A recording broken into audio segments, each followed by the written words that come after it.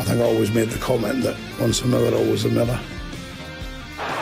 Ravel, ambitious, but brilliant! I don't believe it! I swear I do not believe it! Good Evans, he's done it again. Another promotion for the big man. I've got 12 bottles of champagne in my office and we're going to drink them all night. Do me a favour, drop me off in Rotherham. Hello, everybody. Welcome back to New York Talk. This is the Rotherham United podcast, and we have a game to preview. We have Exeter City in what is the most mid-table game of the season so far for the entire league, I think. We sit 11 points off safety. They're 10 points off safety. I think we're 16 points off playoffs. So we've also made them 17 points off playoffs. So nothing on this game. Literally nothing meaningful is on this game. We can drop down some places. But again, we're not going to go down. We're not going to go up. So it doesn't really matter. So it's probably not a great idea to do a podcast on it, to be honest with you. I don't know what we're going to talk about. But we'll do what we can. We'll talk about our. I'm sure there's plenty. I'm sure there's other stuff. We've got a few questions in the comments as well. If you want to ask us a question, put it in the comments, and I'm sure we'll have time to answer some questions tonight. Mick's with us. How you doing, Mick? All good, mate. Thank you. You? Very, very good. And Tom's back. How you doing, Tom? Yeah, excited to discuss confectionaries. It might get to that because it has already started in the comments. I know. You said mention questions, and it flooded down. Yeah. Johnny says, come on, let me get the beach towels out. Mark Holland's with us as well, as is Terry Fenbury, Chris Sanderson. Richard says, evening all, who is excited for Saturday? Cheryl Stone is with us, as is Chris Tether. Paula Rhodes says, evening, got my Whisper Gold ready for this evening. Yes, please. That is a very I approve. Chris Sanderson, what about an hour of chocolate chat? We could probably chat more about chocolate than we could at Rotherham in a minute. We'll see what happens. Kelly Fobbs is with us. Phil is with us as well. I saw Phil earlier today. You've got to give him something to disagree with, Mick. I know that's going to be very easy for you.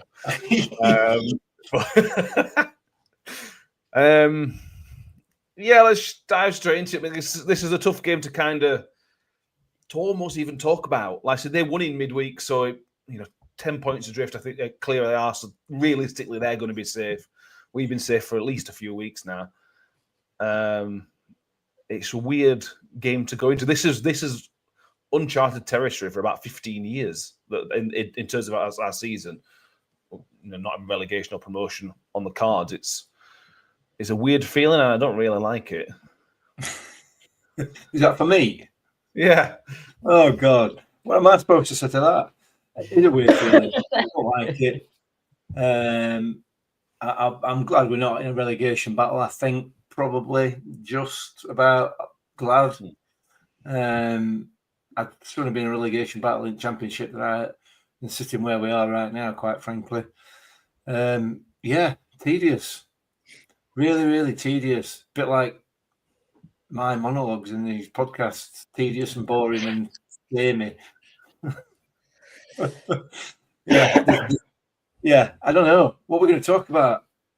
We're only 3 minutes in, 4 minutes in. This is bad. Evans has given us something to talk about. To be fair, Evans has given us a headline. We can talk about. Oh, God, anti-just. Yeah, Tom, can you give anything towards it? And is there anything meaningful in this game? Is like a couple of players' performances that are really important? Is it because obviously players want to win? Players will have to go in for that winning mentality. Professionals, I know they will. But as a fan, is there anything you're looking to this game saying, actually, this is going to be really interesting or almost exciting to see, or not? The overriding answer is no, isn't it? Because there isn't. But it doesn't mean that it can't be. It doesn't mean that there's stakes now that are bigger for players. JJ and various homes and various squad players needing to prove their ability and prove that they deserve to be in the squad. Whether they're going to get that chance against opposition that doesn't matter against, probably not. So I think there's chance for the game to be interesting, and if the football's good, then fair enough. But we've had a whole season of the football not being good, so I can't see it change on a whim now. yeah, it's very, very difficult to get up for this game. As a player, I'm sure it's very easy. It's another game, same as any. It doesn't really matter where you are on the table, you get up for it. But yeah, for us as fans, unless you're looking at certain players, it's going to be very difficult to get up for this game, really. Yes, I agree. We'll talk about JJ in a minute. Yeah, James has given a question about JJ. John's with us. I won't lie to you. We have utmost sympathy being stuck in this league for another season. Yeah, we don't get given penalties. EFL don't give us any penalties, obviously, as you know, John. And apparently Birmingham are getting our penalties, it seems. Yeah. Let's talk about. Well, let's just talk about what Evans has said in his it's not a weekly column, but his column that he's done with the Advertiser. And I'll be honest with you, mate, it wasn't a headline I thought I'd be reading back in August, to be honest with you, that a manager's boasting that he won't get relegated. I just think the tone's wrong. He's coming out and being bullish about, and I get he's trying to put kind of a positive spin on it, I suppose. But he's boasting and being bullish about surviving in League One. We've got, if you read reports, certainly the top 5 wage budgets in the entire division. It should be the opposite of that. We should be talking about how terrible this season's been, how rubbish this season's been, and it's. I just think he's got the tone wrong, completely wrong. Well, I mean, it's kind of a bit like his footballing management techniques, isn't it? His PR is out of date. He's trying to put a positive spin on, trying to polish a turd, essentially. Yeah. And he obviously feels that. Well, I don't know what he feels, to be honest, by saying stuff like that. He couldn't say it 3 weeks ago, could he? No. In reality, so it's another one of those situations where the horse is now bolted, so we can talk about it. Mm-hmm. Yeah, I don't know. I don't know what to say about him I don't listen. I try not to listen to the stuff that he says, because in all reality, particularly when it comes out in the mainstream media, it's just sound bites. It's all it is. It's just sound bites, but it's old-fashioned sound bites. And it's not well thought out sound bites. It's just, nobody's going to get relegated on my watch now. Yeah, which is about the only thing that been added into that. So, yeah, whatever. Yeah, it's so difficult. It's almost like talking about the game on Saturday, in the sense that there's nothing new to talk about there. There's nothing really that you don't expect anything other than just daft comments. I don't know. I mean, Gordon's put it there. Gordon Grant there. Evans shows no respect to the fans, and his waffle winds everyone up. And I think that's true. I think that is it. It is just waffle, and it is. There's no substance. There's nothing really. Nothing. It's just, like I said, old-fashioned press talk. Say a lot, use a lot of words, but don't actually say anything. So, nobody's going to get relegated on his watch. That may or may not be true. Certainly, probably not this season. It is true. It hasn't been relegated as a manager so far. But to add context to it, he was sacked as Gillingham manager when they were 7 points adrift in January back in 2022. So yeah, I mean, they did get relegated because we relegated them. But it's important to add context wherever we possibly can with these things, Tom, because often when Stevens, to be fair to Paul Davis, I've seen Paul Davis in articles now, he's starting to correct everything that Steve Evans says. There's like a fact check of Steve Evans' quote, and then underneath saying actually it's not actually true. It's just What's your take on? What's your take on it? I mean, if I'm being completely honest, I don't really read what he puts out, his articles. I had a quick glance at it before I got bombarded with ads and telling me to refresh the page and whatnot. Yeah. So for me, it's tough to read. But yeah, from what I read, I just think I agree. I agree with Mick, and I think we've said it before that it's just sound bites. He loves something to talk about. He loves something for the press to pick on and talk about. And at this point in the season, why not? You know, like there's nothing that he could have said there. There's nothing that he could say in that article he does that would have been any use to anyone, other than being truthful and addressing what's gone wrong this season. And I don't think he ever will. So for me, it's just, you know, it's just this, what have we got now? 11 games, 12 games, 10, 11, something like that. 11. We've got 11 games left, not going up, not going down.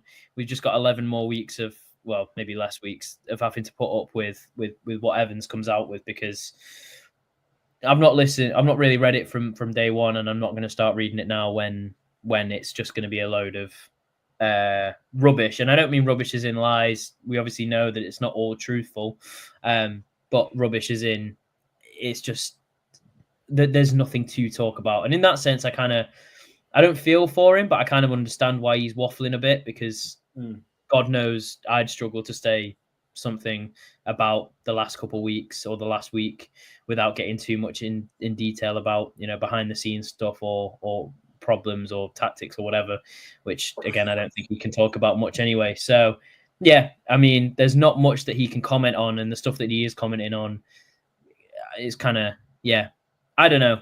You guys find it, I mean, people and you guys may find it a bit farcical. He's talking about relegation. I think he's just limited in what he has to talk about. I think that's one thing he can talk about. The other stuff in that article he mentions, and Panzu and McWilliams, and yeah, that's fine.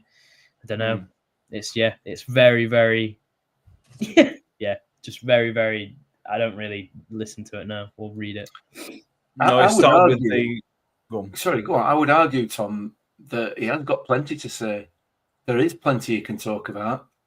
You know, and and this is not a dig at Steve Evans. This is just probably arguably football managers in general and football clubs in general. You know, we've had a shocking season in comparison to what we wanted and what we expected and what we were promised. Talk about that. We all know that that's the case. Have a little bit of respect for the supporters, for other people, and even if all you're doing is telling them what they see. You know, yeah, you can do that, and as I said, it's not necessarily. This is not a dig at Steve Evans particularly. This is just PR people in general. You know, they try and feed us nonsense, and it is nonsense. You know, the transition comment from Paul Douglas early on in the season. You know, we can all see through it, and the people who are saying this, whether it be Paul Douglas, whether it be Steve Evans, whether it be Pep, whether it be anybody else in between, you know. They all know that we can see through it, and yet they still spout it. You know, journalists and press and the mainstream media spout it out to us, and they all know that we can see through it as well. It all seems. What I would say is, more modern managers now, certainly at top level, are being more open and honest about things. Arne Slot's a really good example of that. I think he speaks brilliantly. When they're rubbish, he explains when they're good. He explains everything really, really well. Pep's Pep, isn't it? You know what I mean? He's just a madman. But I think that's where Evans differs a little bit from the modern day manager. You look at Danny Roll down at Wednesday. He is brutally honest. When they've had bad games, when they've been rubbish, he's called them out. He's not dug them out, but he's called them out and said X, Y, and Z is rubbish. But then next week when they do really well, X, Y, and Z is really, really good. The only issue was obviously Wednesday was when the chairman starts spouting up. That's obviously their issue. But I think Evans goes away from what even Warney to an extent. I know there was a lot of bump with Warney about his dog and everything else that he liked to talk about. But for the most part, I felt like he was basically honest. You look at the Portsmouth game when the promotion season, when we were pure garbage, and he came out and said we were rubbish. And other things like I think Evans goes against it. Evans seems to really struggle to criticise his own team. Well, that's in public. He might do it privately. He may well do it privately. We don't know. Really? He picks individuals and digs them out in public. Yeah, no. What I mean by his own team is his team, but not his players, not his individual men. Oh, got you. The team. Yeah, anything that's going to reflect badly on him, he will not. Yes. Yeah, that's what I mean. Yeah. But we can all see it, and this is the point, and it does show a lack of respect. You know, it genuinely does, because we are essentially treated like morons, and I accept that some of us, me included, are. However, you know, we don't need to be spoon-fed nonsense that we can gaslight. Basically, that's all he's doing, isn't it? You know, he's telling us something that we clearly can see is not true. Yeah. Why? What's the point? I genuinely don't understand the point of it.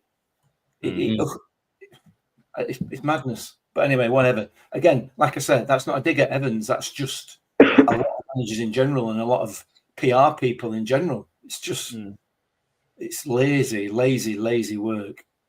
And also, this article is done. He doesn't need to do that. That's his chose to do that. This isn't a mandatory press interview, which you've got to do, which you'll do tomorrow. This is the choice he's chose to do. Yeah, I mean, to be fair, most managers have done a column in there, or captains done a column in the local paper. That seems to be the standard way. But if you've got something to say it. If you haven't, that's what I mean, don't bother. Yeah, exactly. Right, let's go through some comments. We have Paul Rhodes. If Steve ever thinks it's a good result for the season, he needs his bumps felt. Yeah. That's too old the same for you, mate, isn't it? It is, yeah. I didn't get it. Sorry, Paul. Really. Is that a head thing? Yeah. Okay, got you. Okay. Phil asks, how many managers do you see in interviews come out with the same old cliches? All of them, virtually. A lot, yeah. Harry says he can talk about how close he is with other managers. Absolutely right. Brendan Rodgers got a mention this week, didn't he? Brendan. He definitely calls him close Brendy. with him as well. Yeah. You know, Evans definitely calls him Brendy, or I can't believe on that day. Our Brend. Yeah. Where Kelly says one, it was too honest at times. Nick saying he make a good politician. Yeah. Evans for local MP, says Harry. Yeah, look, it is what it is. Like I saw we put a picture of the guarantee we'll be challenging this season, and then he's the headline from the advertiser this week as well. And it's a pretty sad state of affairs. Yeah. We are in at the minute. Yeah, I'm sure this is not the last thing we'll mention, but let's go through some of the comments and questions that you've put through to us first. So Kayla Wilson asks on here, do you think we'll sign Wilkes, Mick? With that time of the season where we start looking at these, he started talking up in Panzo already as well. I think there's zero chance of that happening, to be honest with you. But what's your view on Wilkes? I don't think we can afford. I don't think we could afford his wage demands. And do we want him? I mean, we want the player that turns up every 3 or 4 games, don't we? That's the player that we want. But then everybody in the league wants that player. Yeah. Because he, when he's on form, when his head's in the right place, he's unplayable. But then for the following 2 or 3 games, he's anonymous. So it's a difficult one. I don't think we can afford him, frankly. It would be great to sign him. Yeah, it would absolutely. It would be great to sign him on a permanent. But I think finances is the issue, but also consistency is the issue. I don't know how old he is, but it's clear. I mean, it's clear that that's been an issue throughout his career. It would seem, consistency. Because if he was consistently good, he'd be topping at Championship without a doubt. Because he's got that quality. So I don't know whether it's too late in his career for him to address that or not. I'm not convinced that this management team are the right management team to be able to address that with him. To be honest, I don't know whether he needs a Paul Warne type manager. I don't know, but he needs managing, and I think he will become more consistent. But I don't think we'll sign him. No, but I think that will be mainly because of wages rather than anything else. But if it were me, wages or otherwise, I don't think I would. I don't know. Yeah, I think if we were to sign him as well, because it would be he's still young and it would be a gamble, and it might be one of those that pay off because you're not paying a transfer fee for him, and that transfer fee could translate to the wages. But I think what you really need with him is that you need a proper system for him, because for us, he's played behind the striker, wide right, wide left, at a striker position, and he's been inconsistent in each place. He's had glimpses of being really good in each position, and also glimpses of being 3 or 4 games without really doing much at all. This latest run kind of highlighting his weakness at striker. So I think if we were to take a gamble on him, he scored what 20-ish goals for Hull in that season, and after that, that's a player who's worth in this market 2 million, 3 million, 4 upwards, especially if he's 25, 26. So for him, it's a big gamble, but you need to be definitely sure that he's going to be a good player in the system that you play him in, and you can, potentially make some profit off of him. So it wouldn't be one that I'd completely rule out, but like you say, where we are at the minute in regards to sort of what we'd have to pay him, where we would play him, all of that sort of structure, and I think it'd be a big gamble, but it might be one that the club's willing to take on him. Yeah. Also on finances, if he's available at reasonable money, I think you would daft not to go for a player, because, like I said, like you've said, he's a great player on his day, and Evans likes him. He's Evans trusts him to just go and do his own thing. Even if Evans is still to be here, you kind of need that. But I would have guessed that Wednesday is still paying at least some of his wages, because he's on championship wages, and we know stupid money that pigs were throwing about in players in League One as well, don't we, Smithy Nicky? So he'll not be on a little bit of money. So deal's going to be right on it. And Panzu, he's mentioned in Panzu, Mick. Do you think that's realistic? Because I don't. No. I think it's weird he's come on loan, never mind permanent. Yeah, I agree with you. It's quite a bizarre signing, to be honest with you. I'm really, really surprised he's ended up with us. I don't think we'll be able to afford him. I don't know what his Premiership wages were, and how much he sort of saved up, if you like, for his retirement. But he's going to be on. I would have thought it's going to be on far more than we could realistically afford, and he's going to have to move into permanently, I would think, from Luton or wherever he lives down there. I'd be surprised. I'd be very, very surprised. Yeah, I'm with Evans on this. Yeah, I'd have him in a heartbeat, because he's a quality footballer without a doubt, or he would be if we played with a midfield. So. And you can see he's not in full swing yet. You can see him every week. He is getting more and more comfortable. He's trying these different things, different tricks and everything else, and different passes. I know some of them don't pay off, but I think he's improving week on week so far. Yeah, definitely. Nick says it will be some signing in Pans, but as you say, Luton are looking likely to go down. Can't see him walk. He is on a free, so Luton would have to re-sign him, assuming that they did choose to go down. So I don't know. If they keep the same manager, if they keep up Matt Bloomfield, why would he want him in the Championship League One when they're going to probably still have parachute payments? What's your view on Mr. Mpanzu, Tom? Again, it's an extremely difficult one, because he's obviously, like you've mentioned above, he's obviously a player that quality-wise, he's probably on a similar money to Wilkes in that Championship Premier League wage. But I don't know. I don't see why. I don't see why not. I don't know. He's coming to the end of his career-ish. I mean, he's 30, 31. If he can settle here, it's... I don't want to say it's similar. I don't want to say it's completely similar, but it's not too dissimilar from the Sam Kluka situation, where clubs above us are sort of starting to really not use him, or he's not going to get picked up by those sort of clubs. So I don't know. It's another one of those where you're going to have to take a gamble, and it's going to be a bit of money, but for me, he looks fit. He gets about the pitch well. He doesn't look 30-ish. I might touch wood, but his injury record seems okay. He seems like a bit of a leader, technically good, bit of a powerhouse. He's exactly what you need for a League One pushing playoff promotion midfielder. I think he ticks all the boxes. So he's someone that I'd honestly put. I'd maybe rather him over Wilkes if you had a choice of one or the other. I just think he's more of a sensible choice. You know what you're getting with him week in, week out. can cover a range of positions. I'm a big Mpanzu fan. I think he's goes under the radar definitely.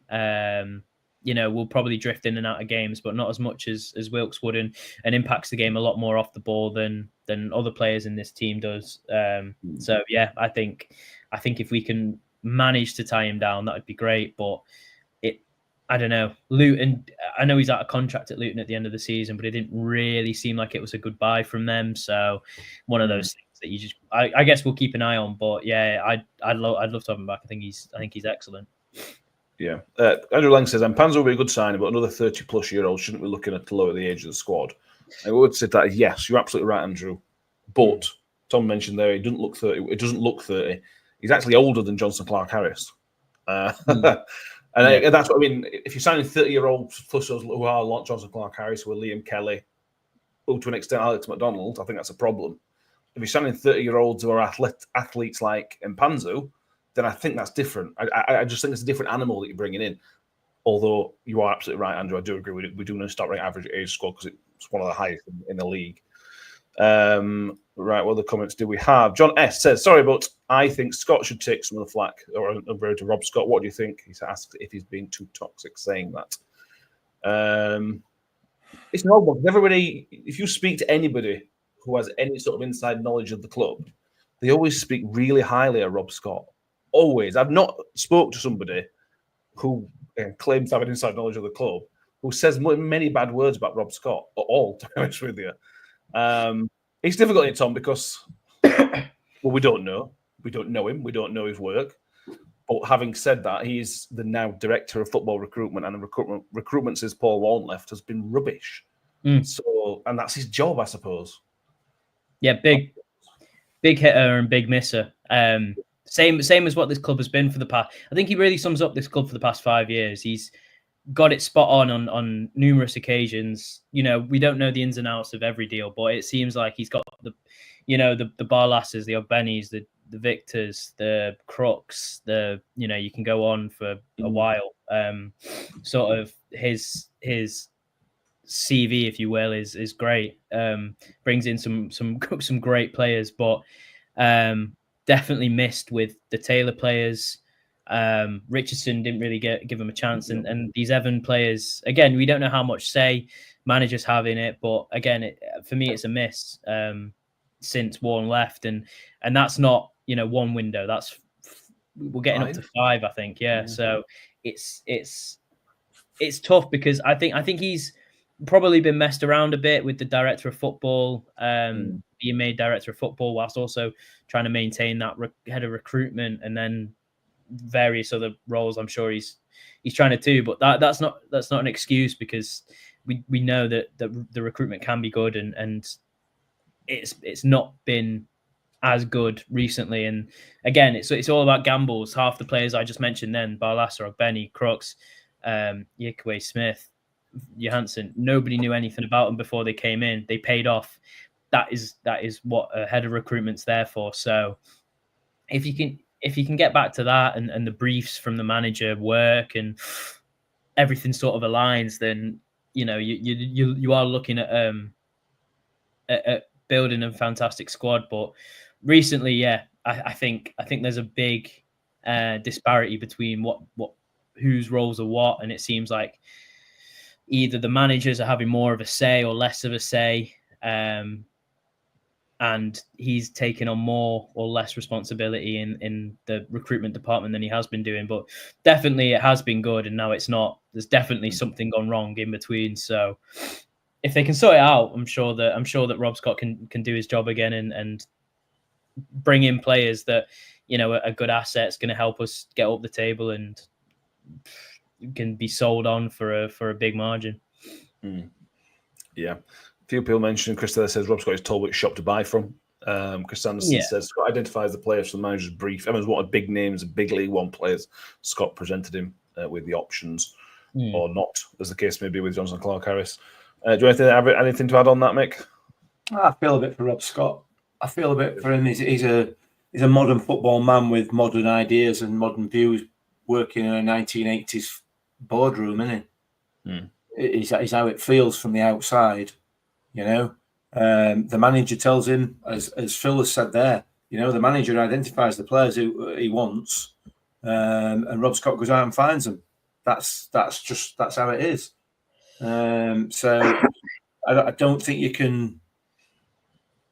I don't think you can lay much blame at the door of Rob Scott for the recruitment. He does as he asked by the manager, or managers, or whatever management team. So I feel for him, and like you know, I've only ever heard good things about him as a bloke, and he's clearly good at what he does, and he's clearly got some modern ideas. When you listen to the interview that he did when Liam Richardson came in, and we felt like at that point that when maybe we were moving forward as a club behind the scenes, but then obviously Evans came. Yeah. So. Yeah, Nick says nobody knows how much say Rob Scott actually has. No, absolutely not. He's a good scapegoat to use for the club, to be honest with you.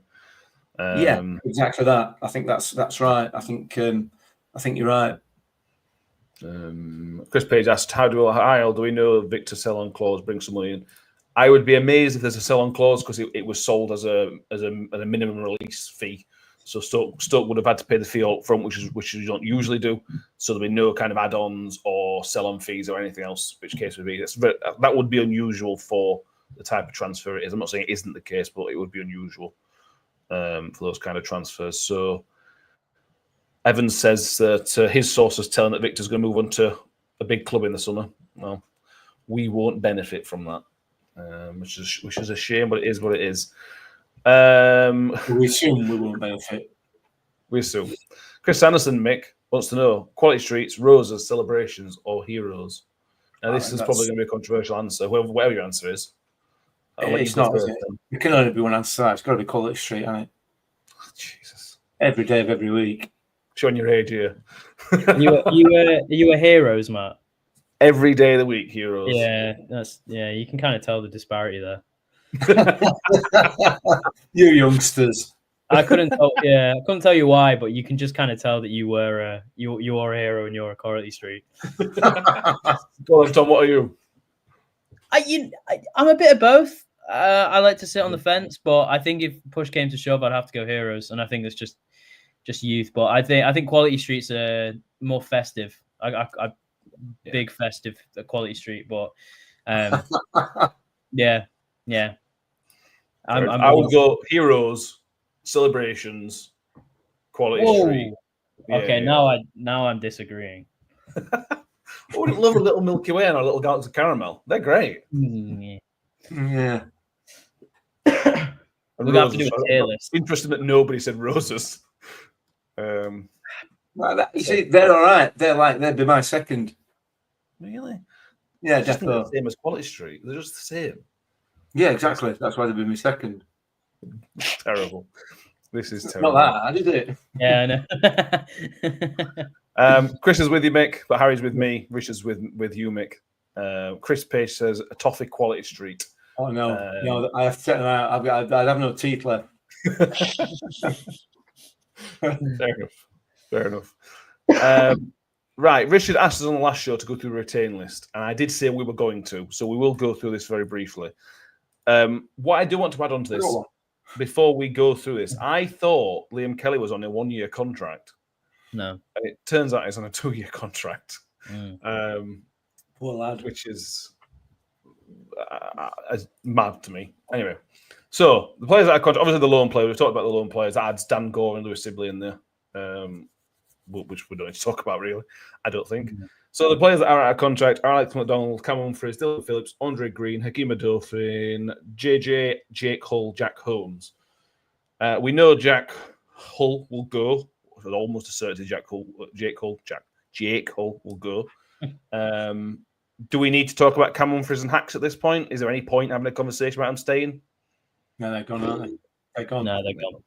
Yeah. They're gone. So let's move down the list. Alex McDonald, Tom, when he's played in a forward position, he's been pretty good, actually. His set pieces are the best at the club. For me, they're comfortably the best at the club. Yeah. And it gives us energy, it gives you that bite. But he will be going into his 35th year in a few weeks' time. And if you want to challenge at the top end of League One, is Alex McDonald really somebody you want?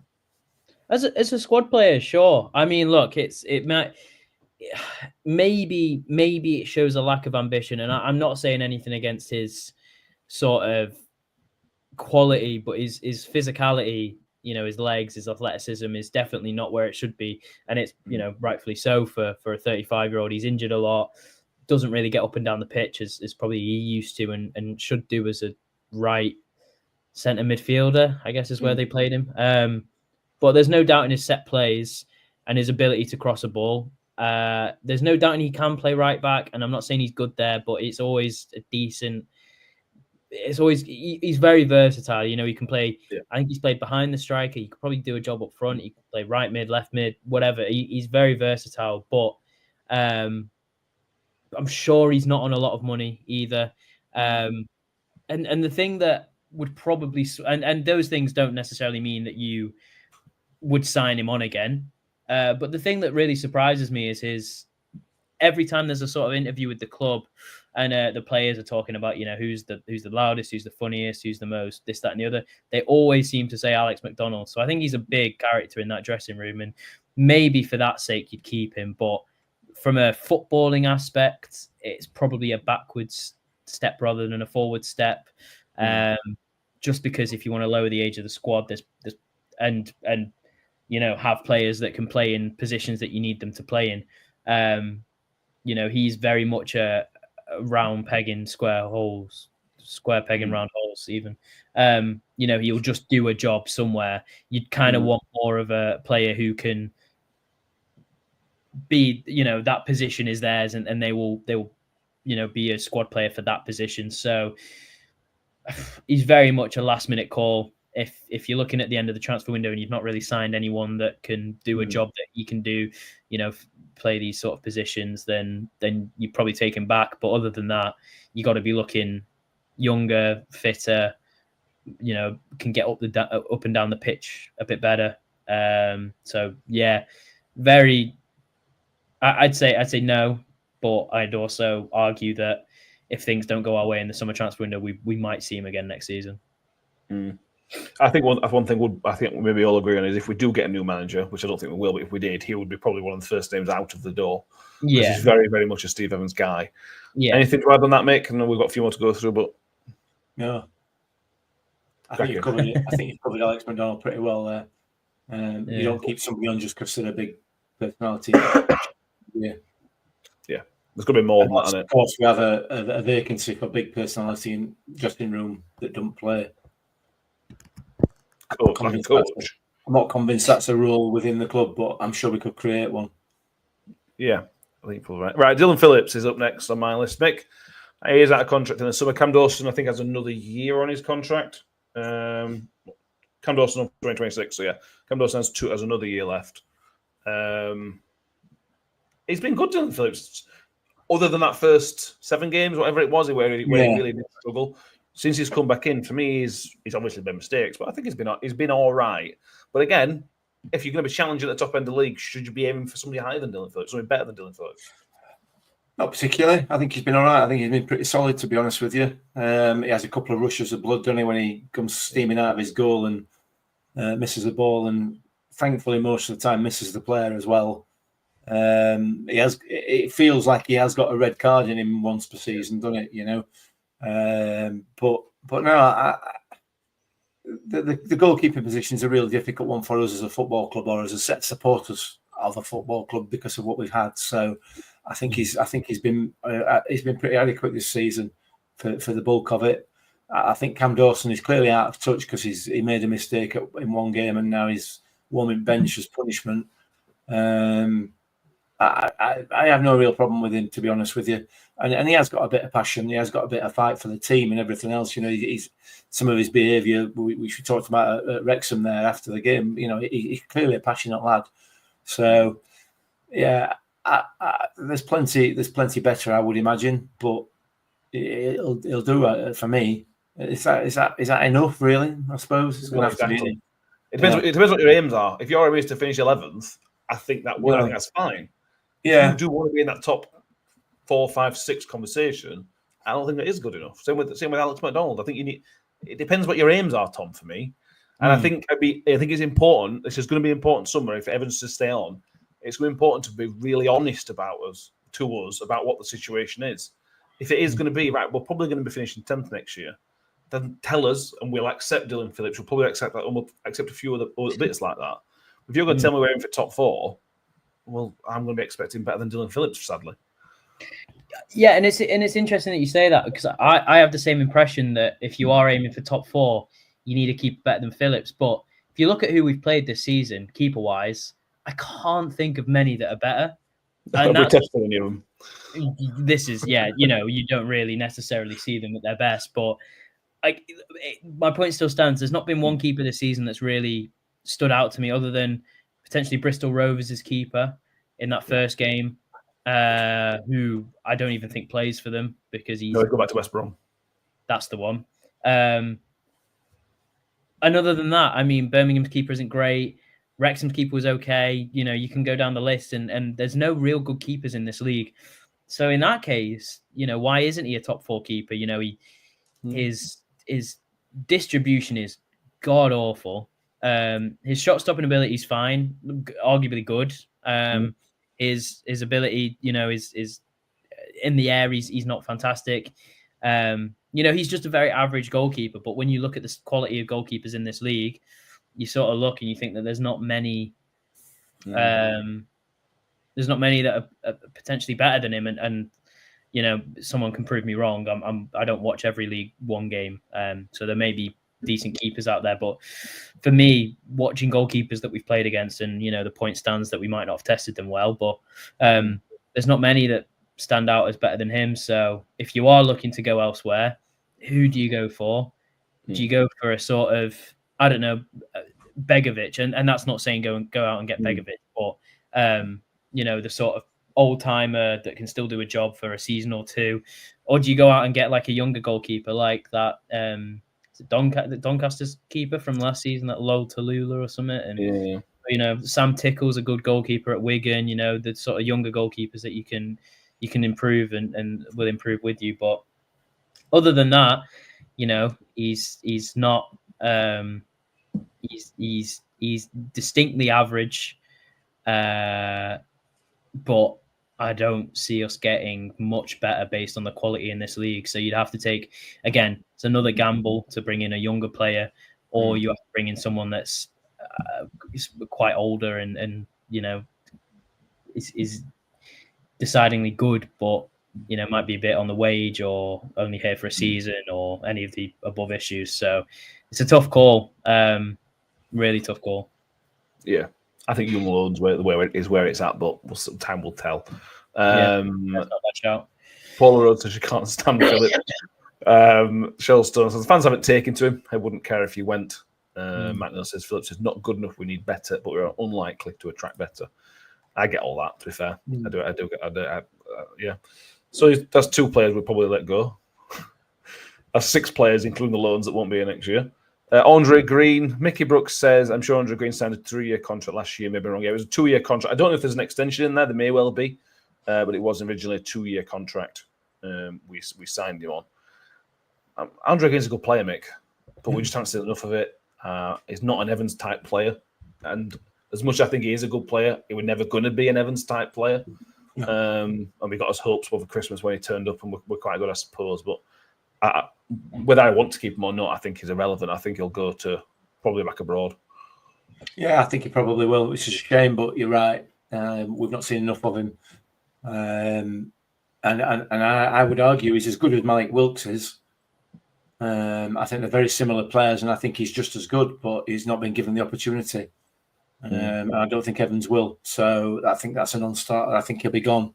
And I wouldn't blame him one bit, because he's not had the opportunities that he should have been given this season, in my view.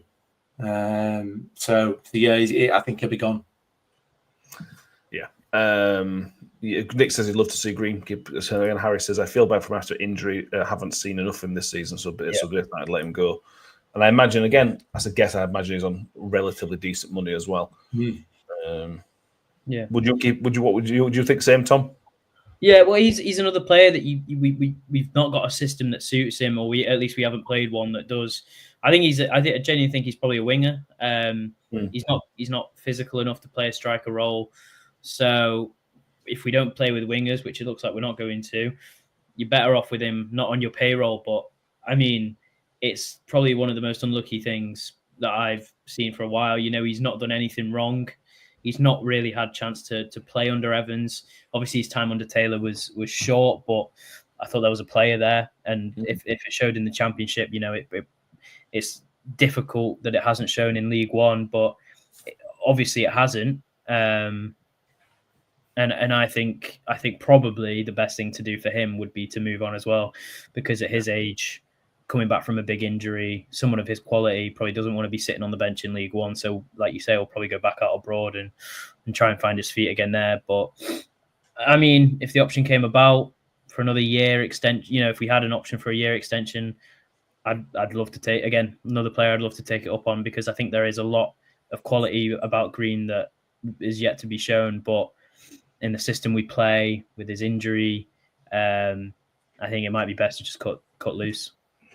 Yeah, I think I agree. Right, we'll come on to JJ in a minute, but Jack Holmes is out of contract. There is an option from our side for an extension.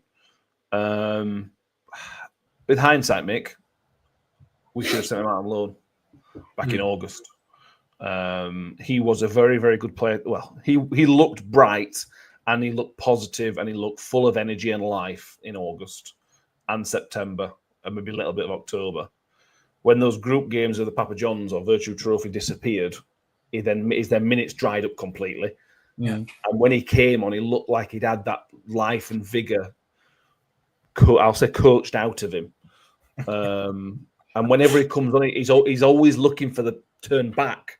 He's always looking to turn back into his defenders for kind of supporting instead of having to go forward. And that, for me, that comes from the Cheltenham game where he gave the ball away, which cost us a goal. I wish I suspect he got told off for. There's something there with Jack Holmes, and if it was me, he'll be on nothing. So I would extend the contract, but he would have to go out on loan next year. He's got to go and play games. Sitting on bench is no good for him at 23-year-old. No, it's pointless. It was a pointless signing, wasn't it? A pointless signing because they knew, Evans and Rayner knew how they were intending to play this season, which there was no place for wingers. And there's been no place for wingers all season, and won't be for the rest of the season. So why you would sign a winger is just, I don't know. I don't understand. It just made no sense. It makes no sense now. At the time, it did, because we all felt that we've got some wide players with Andre Green coming back, and we've got Malik Wilkes who's a winger. We had players who could play out there, and we haven't bothered with it. We haven't bothered with the wings at all. So why would you sign him? I don't know. I think he'll go. I don't think Evans will take up the extra year, and I think he'll probably left out in wilderness somewhere because he's not had enough games to put himself in shop window. It's a bit of a. I feel for him. I feel for him. I really do. But I guess that's life, isn't it? Yeah, I agree. By the way, nothing we've said there is a dig on Jack Holmes, by the way. I do think he is. No, not in any way. There's a player in there, isn't there? There's definitely a player in there. If you give him his head and put him out wide there and make him run at players, there's definitely a player there without a shadow of a doubt. Unfortunately, we don't do that. So there's no point in being here. And again, that's not a dig at him. That's just where we are. Yeah. Gordon Grant says Jack H was an Evans Vanadu project. He saw local clubs around Stamford wanted him and he wanted to nick him from under their noses. Jack Holmes had nothing to lose going full time. Absolutely. Yeah. Mickey Brooks says Holmes has not been good enough minutes, therefore no confidence gained. Harry says he'd sign him on a deal and loan him out. I think he's got something about him, but I think Evans will let him go. Kenneth will say it was a PR stunt. He was our last permanent signing as well, by the way. Was it July? I think it was something like that. Yeah. Paul would say it's not fair on him. I'd let him go. Nick says lads turn scared to make a mistake. That is absolutely right. That's nail on head. Yeah. It looks terrified when he comes on the pitch that he's going to get the ball away. And that chance he missed at Wrexham, which was a difficult chance, and Evans digs him out post match again. I just can you not see that this player is struggling for confidence? It's blindingly obvious. it still digs him out. I struggle. Yeah, Right. and it is a lot to put on him, but he knows as well that his chances are coming at the end of 10 minutes at the end of a game, and if he does lose the ball, he's not going to play. He's potentially not going to play the next game. So if he keeps it safe, then he's not going to get a new contract because he's playing it too safe and he's not affecting the game. Or he tries to affect the game, loses the ball, doesn't play the next game, and then it's such a cyclical cycle, cynical cycle for him, because there's no way he's going to get any kind of minutes playing with confidence, and there's no way that he's going to get a new contract playing with, playing as timid as he is. But honestly, the start of this season, some of his close control dribbling was some of the best I think we've got in the whole club, because it was really direct. He just sort of weaved in and out of players. It was really, he was just fun to watch. Obviously lacked quality to be a League One player, but like you say, August we should have loaned him out, seen what he's about in a different league. But I'd do what Harry said a bit further up. He said, sign him, take that. This is what I would do: take him on that contract extension, loan him out for a year. If he does nothing, fine, no harm, no foul. He's made, he's trying to make a point to prove with a National League side or whatever. And if he proves to be good, one of the better players in National League, then you take him back and you sign him on for another couple of seasons, and you can really kick him off from there. So I think the sensible thing to do would be to sign him on for a year and loan him out. But whether that's what we'll do, it's probably not, because it'd be a lot easier just to wipe your hands clean with him. Yeah, I agree. Right, let's move on to JJ. We had a comment saying here, James Woodland says, what's everyone's take of the JJ situation? Do we think Evans will give him a contract? So we've had some quotes from this for Paul Davis about JJ. Says, to earn a new contract, he has to break into the team. He has to deliver for longer than the 10 to 15 minute cameos from the bench. Whether he gets an opportunity to be here next season, he will decide his future in the next 11 games for us. So the problem with that, Mick, is he's earned it. He's done it. He's come on for 10, 15 minutes. Longer last week. We're coming on about 65 minutes, I think, last week against Wrexham, and was one of our better performers in the entire game. He's earned that chance. The problem is, do you see him starting on Saturday or Tuesday? I just can't see it. So how are they meant to earn this chance? It's just... Or am I wrong? No, you're not. I picked up on that quote, and I mean, it is just that quote there from the advertiser couldn't possibly be more Steve Evans, could it? Yeah. It is absolute nonsense. It is such a stupid thing to say. I can't get my head around it. I genuinely can't. I looked at that and thought, well, yeah, I 100% agree with that bit. If only there was some way that he could get on the pitch for more than 15 minutes. I wonder who could influence that. You know what I mean? Initially, I thought it was just me. I thought I was misreading it. I thought I'd got that wrong. I thought he can't possibly have said that. You're the only person that can allow him to do that. You're the one that's put him on the bench. You're the one that's only bringing him on for 15 minutes. What else are you expecting from him? Yeah. It's an utterly stupid comment. It can impact games. He comes on, whether he comes on 15 minutes, 20 minutes, an hour, whatever, he will impact games. And we all know that he will impact games more than Clark Harris has been doing recently, for all the reasons that we've discussed in the last 2 or 3 podcasts. He's out of touch, completely out of touch. It's Johnson Clark Harris. JJ comes on and he impacts the games. The issue from Coyote's point of view is his injury record and whether or not he's going to be able to survive. Starting regularly, because unfortunately for him, he's not been great injury wise. But give him an opportunity. If you think that he has to prove it, give him the chance to prove it. But so the question, well, we'll see, won't we? We'll see in the next few games. If he starts on the bench in every game and only comes on for the last 15 minutes, we know exactly what Evans is going to do. He's going to get rid of him. Why not just say that? And why not just say nothing? You know, what? But that comment was just mad, absolute mad. But yeah, he's a good player, is JJ, and I'd keep him every day of every week in this division. Yep. And I'd play him a lot more. Mm-hmm. In this squad, I would. In this squad, absolutely. Without a doubt. Yeah. He's got legs. He's got energy. Everything Clark Harris hasn't.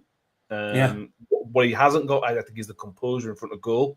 I think that's even first time around when he played him, I think it was blindingly obvious. I don't think he's a goal scorer. And that's going to be his downfall for his career, that he's not clinical enough. Now, look, that might come, to be fair. He's only young. He's 24? He'll be 25 this summer. So he's still relatively young. But the injuries is the thing, Tom, innit? He falls into a category of probably similar to Alex, but all different age ranges. But if you sign, you could see JJ starting every game between now and May, starting every one of them, scoring a few goals, signing a new contract, and then doing his Achilles again or whatever he did last time. He's such a risk from that side of things. And to be fair to Evans, that's probably playing on his mind.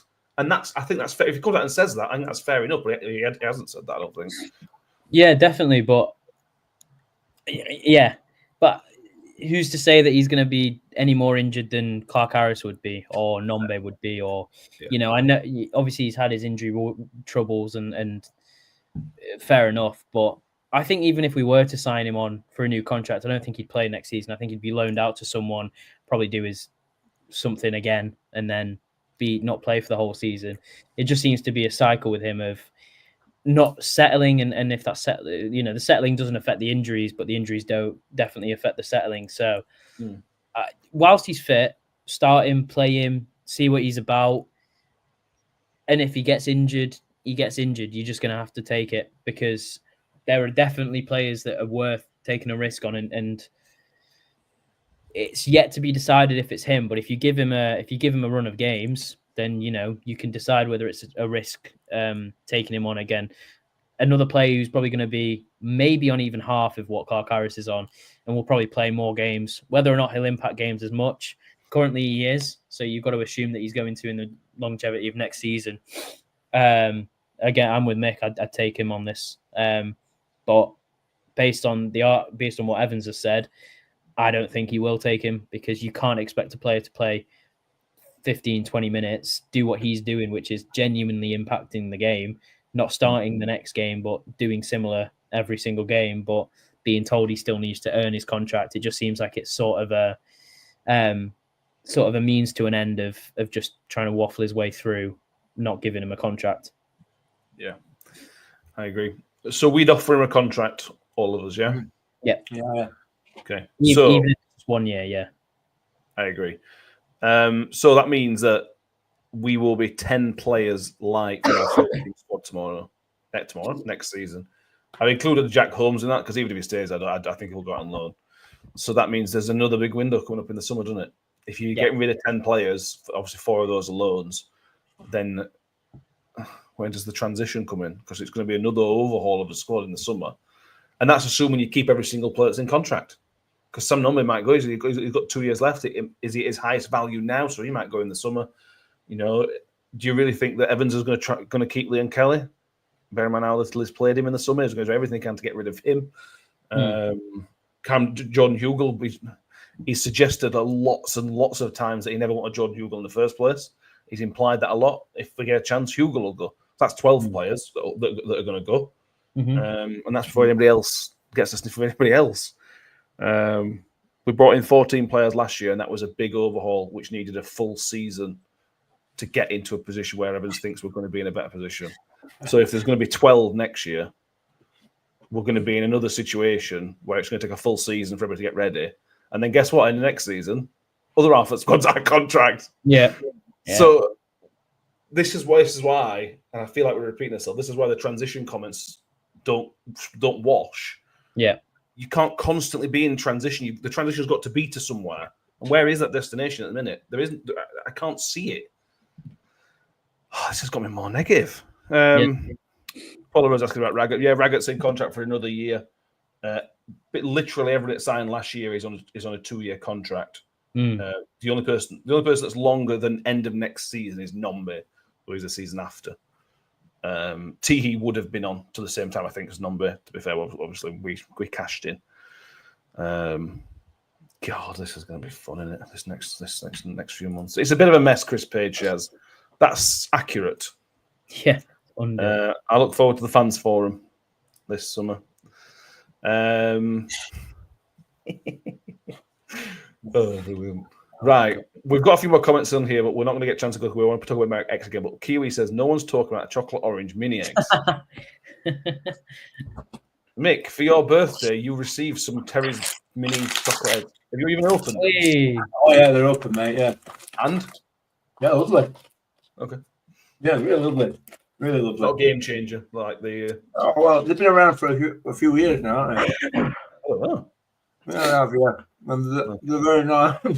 Yeah, I shouldn't have done that. right. It's just a bit crunchy. But Okay. they are nice. Fair enough.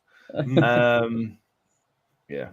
Harry says, going to be looking forward to 17 signings in 17 days. Yeah, we're going to be by end of May. We're going to be League One champions for next season already, and then we're going to sign nobody for 6 months, well, 12 months as it will turn out to be.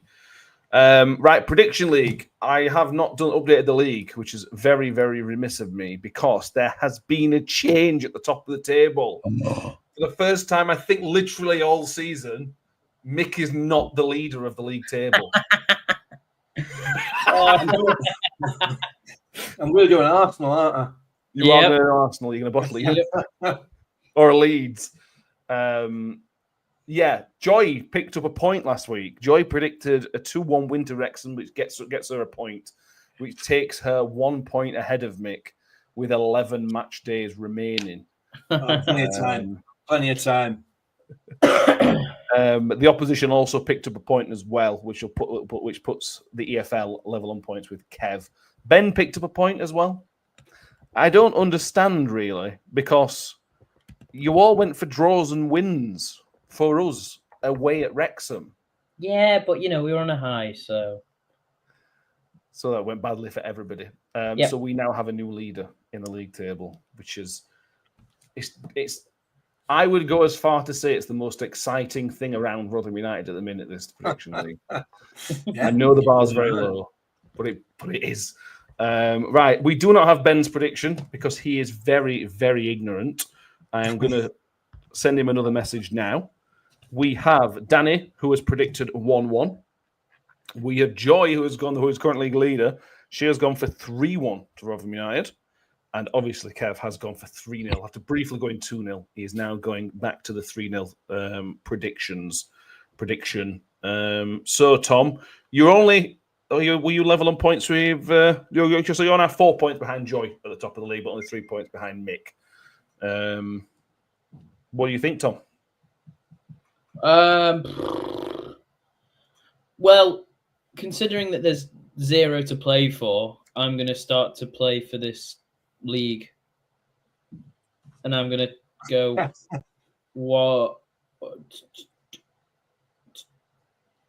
2-0 Rotherham. 2-0 Rotherham. Okay. Yeah. Michael. Well, let's have a look. Exeter. Oh my God! Here comes the research and the homework. This is why he keeps winning. In the last 8 games, they've not scored more than 1 goal. Really?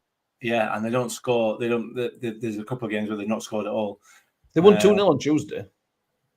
At home. At home. Sorry.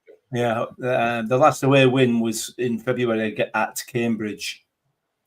And then the last away win before that was at Burton. And the last away win before that was at Shrewsbury. I see a pattern. I see a pattern as well. So I'm going to go. We kept a clean sheet last time at home, didn't we? That's the first clean sheet we kept at home since December, against Orient. Oh, yeah. Last time was against Northampton. So I'm going to go 2-0 Rotherham. So you're going back-to-back 2-0 home wins? No, it 1-0 against Orient. Right? Yeah. Okay. We're going back-to-back clean sheets then? Yeah. At home, obviously. At home, obviously. Yeah. There we go. So you've just copied Tom. After all that, you've just gone, Tom, what did you say? Yeah. He just doesn't want to. He's trying to play a mind game. He wants me to go first, so then whatever I say, he's going to copy it. So either we all. Is that what you said, Tom? 2-0. Yeah. I'll go 2-1 then. I'll go 2-1. I'll give extra to you. No, I'm going 2-1. He's trying to redeem it. That's what's happening. Change my mind. 2-1 because they've had 2 away games where they've not scored, Exeter, so I think they do a goal. Oh, 2-1. yeah. All that talk about them not scoring and then suddenly they're due a goal. If it's 2-1 now, I might, quit the league. Fair enough. They do have a better away record than us, though, Mick. That should be pointed out. That's not difficult, is it? Not really, no. But yeah, it was utterly baffling that anyone would think we would beat Wrexham. It was, I agree. It was just Paul Rose saying 1-0 to Exeter. Harry saying 1-0 Rotherham scrappy win. Charles Stone saying the same. Steve says 0-0. Nick says 2-0. Freddie Femme says 2-1 to the Millers. Palmer says 1-1. Chris says 3-1, and Evans will be talking crap again. Yeah, that's how it goes, Chris. That's how it works. We're at that stage of the season now where we all accept we're safe. I think Ian Bradley put in the comments earlier, are we safe? I think we're safe. Let's just be entertained. Let's just have a go. But at that stage of the season, nothing else really matters, does it? Just be positive. What entertainment? Let's be positive about how we play. That's great. I love the way you've changed because you've been positive all season. Playoffs, we can still make playoffs. We can still make playoffs. And now, but we can't make playoffs, obviously. So I tell you what, let's just try and be entertaining. We ain't looked like making playoffs all season, and we ain't looked like being entertaining. So I love your level of optimism, mate. We were 7 points off playoffs in January, so we weren't far off. Yeah, we're never within touching distance, as Evans claimed we would be, but we've never really been in touching distance of being entertaining either, have we? No. That's for quite a while as well, actually. In fact, I would argue it's a bigger ask that we're going to have an entertaining game on Saturday than it is we might make playoffs. Yeah. All right. Very negative, this podcast. Would you rather be entertained for the rest of the season but lose every single game or win every single game and it'd be incredibly boring? Sorry, it's such a bad hypothetical. But it is bad hypothetical, but because of where we are in the season, I just prefer to be entertained right now. Yeah. I'd take loads of 5-4 losses. And some 4-4s in there. Let's just make it fun and interesting. Just make it interesting. Because first half of Leighton Orient game, you sat there literally with your hands in your pockets, just watching a game of football, occasionally taking them out to clap something that was okay, not brilliant. Just something to be interested in, something to focus on.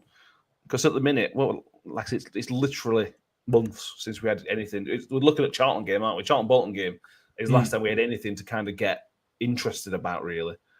And maybe Birmingham away for the first 45 minutes or so. Yeah, Matt Mill says, "Are you mad, Matt? Entertained? What, New York Stadium?" I'm just hopeful more than expecting anything, to be honest with you.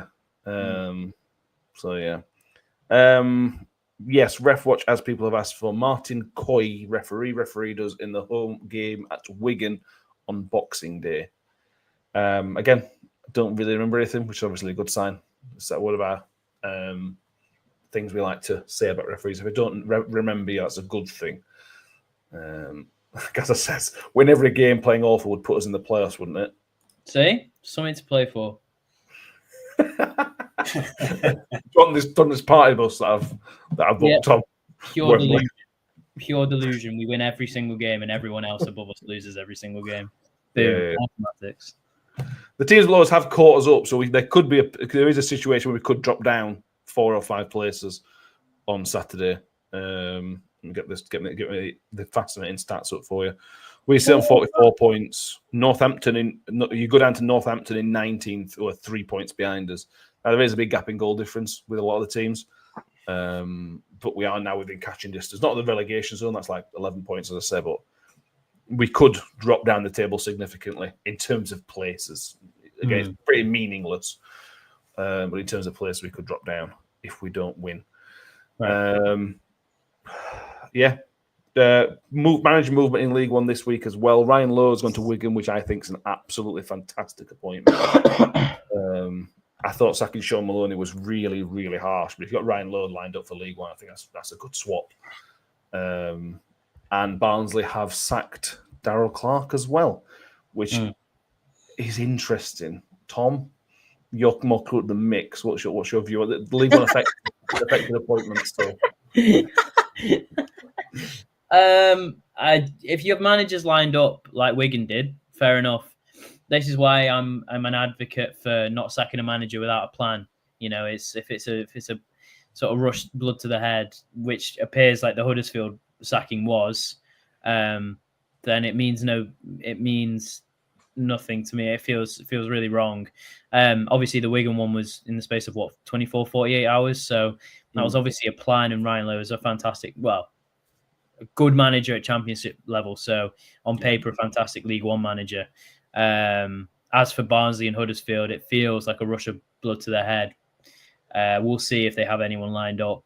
I mean, Barnsley sort of understand it a little bit more. I think their expectations were incredibly high, and they are 8-ish points off playoffs, so they're similar position to us, unlikely to get playoffs. So if they're trying to rebuild early for next season, then fair enough. And they don't have a good record of keeping managers more than a year anyway. So who knows? Can always see a return of Duff there. But the Huddersfield one to me was the more surprising of the two, just because of I think they're like 2 points off playoffs, still in with a decent chance. Just spent $5 million in the January transfer window on players that Duff wanted. So quite more of a surprising departure, I'd say. But again, they might have someone good lined up, so we'll see.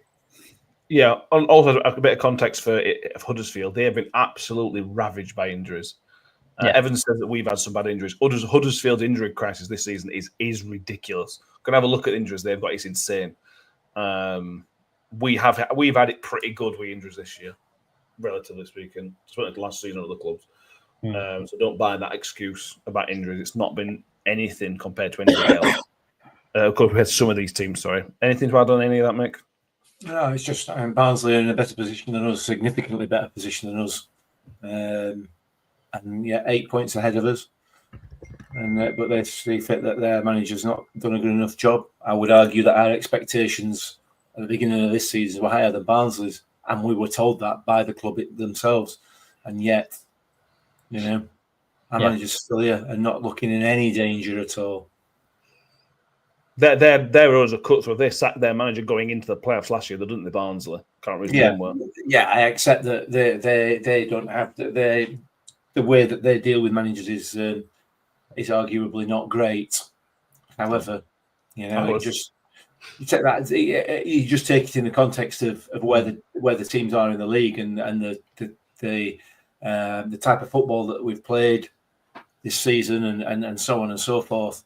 We're in a much worse position, and as I say, the pre-season expectations,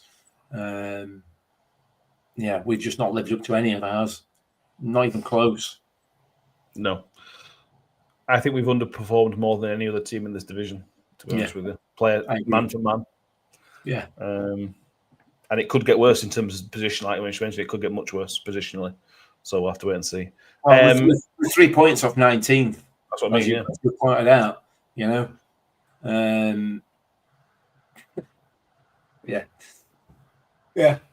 whatever. Anyway. Mediocre. It's not mediocre, though, is it? It's not mediocre. Mediocrity. It's not mediocre, though, is it? Well, it's worse than mediocre. I'm trying to be positive. Okay, fair enough. Ben has finally responded and gone 2-0 Rotherham United, just for some bit of housekeeping for everybody there. I'm sure he's been sat on his backside doing nothing today, so I don't know why he's not responded to that. So, thank you, Ben. Finally, anything else anybody wants to mention? Because we've gone. Thank you. If I start by before you two say anything, guys, just thank you to everybody in the comments who's given us some questions to talk about. I've enjoyed this. I've enjoyed this episode. It's made me feel sad about my club, but I've enjoyed it still anyway. So thank you everybody who's put some comments in. As always, we do appreciate it. Anything else you two want to mention? I'm fine, thank you very much. I've mentioned all that I need to mention. I've got chocolate to eat. Okay, fair enough. Tom, anything for Football League World that you want to signpost people towards? No, still, I'm still writing for him. Just keep an eye out. Type my name in on Football League World or Rotherham United online. Give me some feedback. Say what you like, you don't like. Find it hard to find content to write about. So it's kind of drips and drabs of various topics. And yeah, if anyone has any suggestions they'd like me to write about, you can. DM me on Twitter. Where's it? DM? Yeah, DM me on Twitter. X, sorry. And yeah, no, happy to sort of pursue it. But yeah, would love it if I can get to that number 1 spot. So yeah, please view. Or is there a league? Not a league as such, but I've been coming in the top 5 recently, so I want to get to number 1. Yeah, Is that like post viewed kind of thing? Yeah, most viewed in a week. So well, there you go, everybody. Now we've got a chance for Rotherham United to get near top. Yeah. We might be rubbish at football. We are good at reading articles, clearly, which means you're all very educated, which I'm huge fans of. So yeah, go check Tom's stuff out. We are going to do next Sunday. What day are we on? Thursday. It's not this Sunday, Sunday after when there's no game. We're going to do kind of a call-in show like we've done in the past. So if you want to have your say on Rotherham United, if you want to get in contact with us, and we can arrange a time for you to come on during the episode. If not, we'll put the link out on the day, which will allow you to just jump on. But we will be speaking, scheduled to speak to Holly Hunt, who is the author of that book about Warnock's time at the club. So it's going to be good either way. It's going to be good. Whether any of you turn up or not, we're going to have a good episode, I think. So thank you very much. Mick, thank you for being with us. It's been an episode of Football Podcast. I can't tell you how welcome you are, mate. Thank you very much. So, and Tom. Tom, thank you very much, mate. Yeah, no, I can't believe we got an hour 16 out of that. And apologies for the coughing. I've been trying to mute it, but sometimes it creeps up on me. So yeah. No worries. Make sure you've subscribed if you haven't also already. I see there's so many percentage of people that subscribe and don't subscribe. If you are watching, make sure you have subscribed. Those numbers are short. There will be instant reaction coming out Saturday evening. I haven't done a scouting report for Exeter, but I looked at some of the stuff of their games and stuff. So we'll try and put them on Twitter. Watch out for that, and we can look at some strong points, low points of Exeter to look for on Saturday. Give us a thumbs up as well if you're watching. Make sure you've given it a like as well, because that helps grow the show a little bit. If you're listening to iTunes and Spotify, give us a 5-star rating and subscribe or follow. And you can also comment on each episode on Spotify as well. If you want to leave a comment on Spotify, you can do as well. Whether it's a thank you, abuse, chocolate, suggestions, let us know, and we'll probably ignore it. But we might not ignore it, so it's worth putting something. We will see everybody next time. Thank you all for watching, and as always, up the Millers. Up the Millers. I think I always made the comment that once a Miller, always a Miller. Ravel, ambitious, but brilliant! I don't believe it! I swear I do not believe it! Good heavens, he's done it again! Another promotion for the big man. I've got 12 bottles of champagne in my office, and we're going to drink them all night. Do me a favor, drop me off